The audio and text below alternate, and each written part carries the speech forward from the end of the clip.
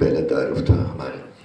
उनके सेट पे जाना, चाय पीनी और इस तरह से राव रस्म पढ़ते चले गए। फिल्म अब तकमील होने के बाद, फिल्म मुकम्मल होने के बाद जब रिलीज़ हुई तो बेपनाह खूबियों के बावजूद खलील साहब को बहुत ज़्यादा नुकसान भी बर्दाश्त करना पड़ा माली तौर पर, लेकिन इन्होंने हिम्मत नहीं हारी, दिल बर्दाश्ता नहीं हुए और इस तरह सितारों की दुनिया के ऊपर पर एक चांद तलू हुआ। खलील साहब के साथ जो एक तारुफ है, जैसे कि बहुत कुछ कहा जा चुका है, पता चला कि ये बैंकर हैं, तो समझ में नहीं आया कि एक बैंकर जो हैं जिनको हिंसे का इल्म है, ये उस पर वो रखते हैं, ये अदब में कैसे ये आ गए और ये कैसे लिखना शुरू किया इन्होंने। ये तो 2 जमा 2 4 करने वाले बंदे हैं, लेकिन बाद में एहसास हुआ कि 2 जमा 2 4 ही जो एक है, यही एक सच्चाई है, एक मैथमेटिकली एक ठोस हकीकत है। और इसी सच को लेके खलील साहब ने अदब में में लंडा बाजार का रोल बेहद पसंद किया गया। टीवी सीरियल्स और फिल्मों में मसरूफियात के बायस अपनी बैंकारी के प्रोफेशन से खुद ही सुबकदोश हो गए और पूरी तवज्जो शायरी, स्क्रिप्ट राइटिंग, कहानी और गीतों की तख्लीक पर मरकूज कर दी और आज तक वो इस शोबे से में मसरूफ़ अमल नजर आते हैं। पाकिस्तान और दीगर बैरूनी ममालिक में रहने वाले फिल्म और ड्रामा लवर्स के दिलों की धड़कन बने हुए हैं। 80 की दिहाई में शमा, तन्हाइयाँ, वारिस, चांद गिरहन जैसे मकबूल ड्रामा सीरियल्स पड़ोसी मुल्क भारत में बेहद पसंद किए जाते थे, लेकिन एक तवील अरसे के बाद दोबारा पाकिस्तानी टीवी ड्रामों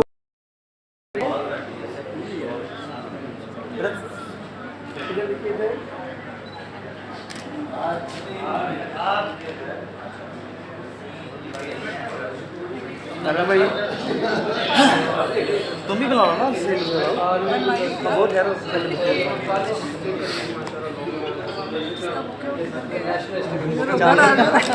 चलो चले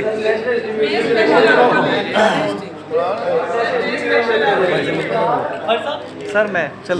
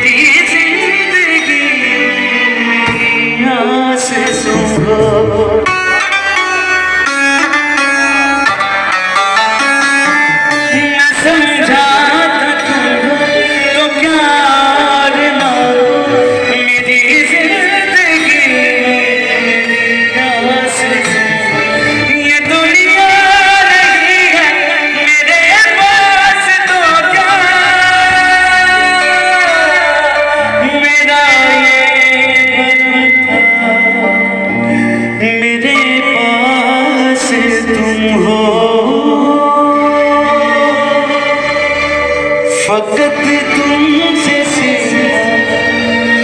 मोहब्बत भी हो, दगा मुकर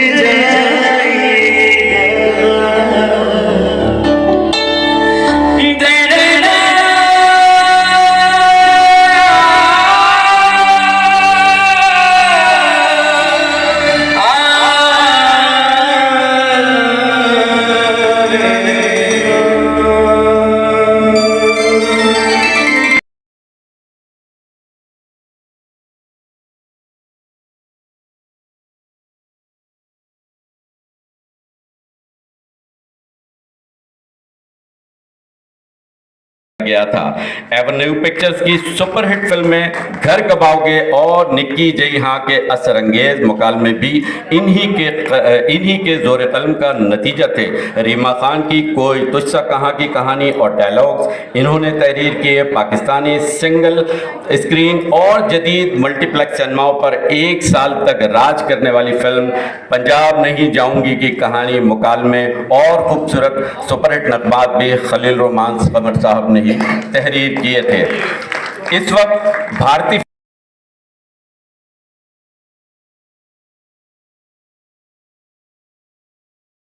लिखा हुआ, इसलिए कराची वालों के दोस्तों के लिए सेक दरअसल वो होता है कि जब तंदूर की आग बंद कर दी जाते तो उसकी दीवारों से जो तपिश आती है उसे हम सेक कहते हैं। और उस सेक में लगाए हुए कुलचे, ताफ्तान, रोगनी नान और रोटी अपनी याकूती रंगत, अपनी खस्तगी और मुतनासिब बेकिंग की वजह से अपनी मिसाल आप देते हैं।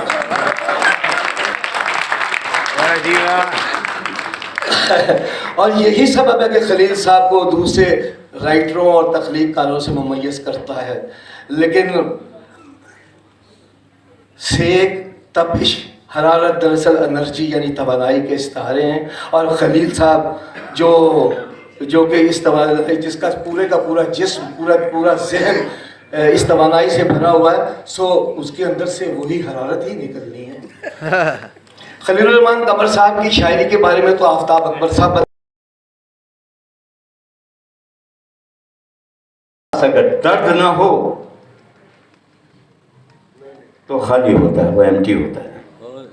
ये दर्द आशना है, इसे मालूम है कि कैफियत, इंसानी कैफियत की तर्जुमानी जो है जब करतास पे उतारी जाए तो वो लफ्ज़ बोलते हों, सांस लेते हों, जिंदा हों, बात करते हों और अपने लगते हैं। ये इस शख्स के बारे में मैं काफ़ी कुछ, बहुत कुछ अच्छा कह गया।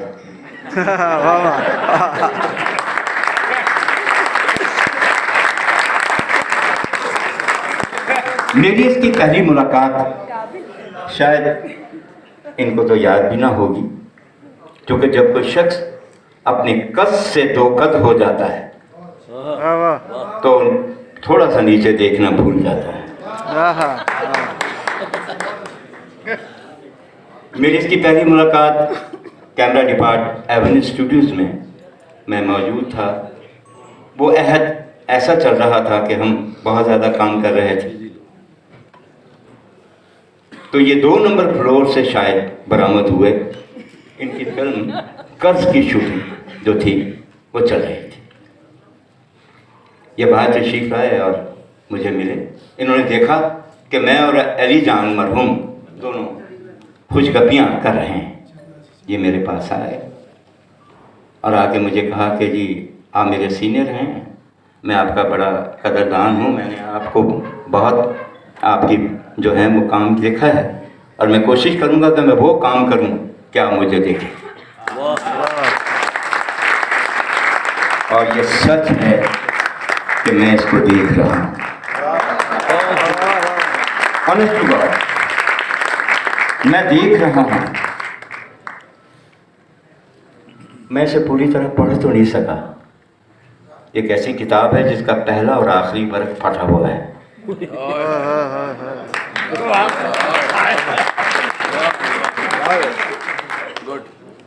मैं इस शख्स को, ये मेरी पहली मुलाकात थी और फिर ये जब चलता हुआ सज्जाद गुल के कमरे की तरफ जा रहा था तो मैंने देखा कोट पैंट पहने में एक बाबू सा है। तो बाद में मुझे ख्याल क्या आया, मुझे याद कराया गया कि मसूद भट्ट जो पाकिस्तान के बहुत एक डायरेक्टर हैं पंजाबी फिल्मों के, उन्होंने इनको नाम ही बाबू असलम का दिया हुआ था। ये बाबू असलम कहते थे वो उन्हें। इस शख्स के बारे में मैं इतना कह दूं कि ये रिबेलियस है, इसके अंदर बगावत है। वो बातें हैं, लोग तो खैर चूंकि कज पे ही उंगली रख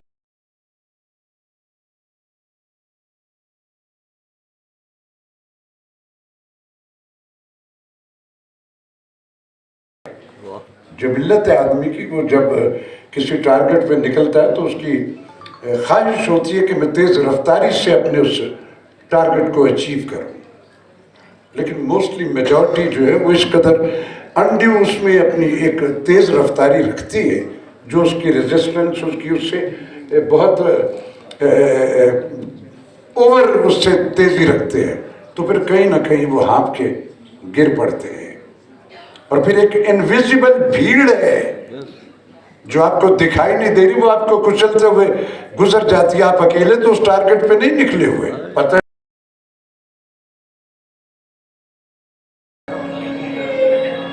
अपनी तरफ से लिखे आपके घर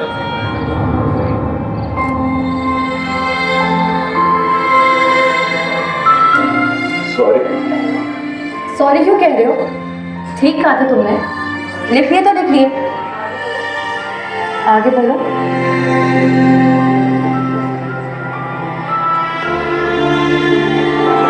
ये जो तुम बीच में लंबे लंबे पॉजेस लेते हो ना अफजल, ये कुछ ठीक नहीं है।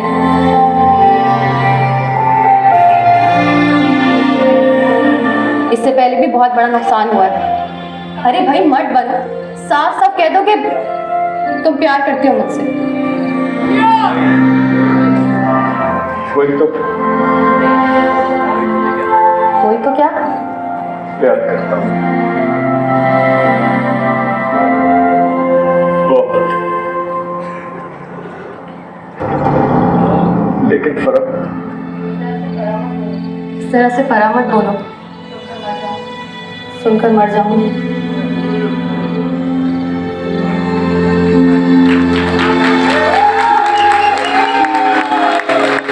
ये फिर चुप हो गए तुम। अच्छा सुनो, खत लिखा है तुम्हारे नाम। सचमुच लिखा है अफजल। कल रात में डालूंगी तो परसों तुम्हें मिल जाएगा।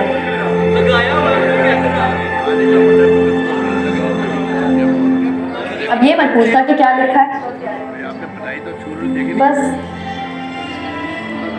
ऊपर प्यारे अक्षर लिखा है। जो सजाई गई है इस शाम का दूल्हा खलीलुर रहमान कमर है। खलीलुर रहमान कमर की शख्सियत के हवाले से मैं ज़्यादा बात नहीं करूँगा, उनके कलम के हवाले से बात करूँगा,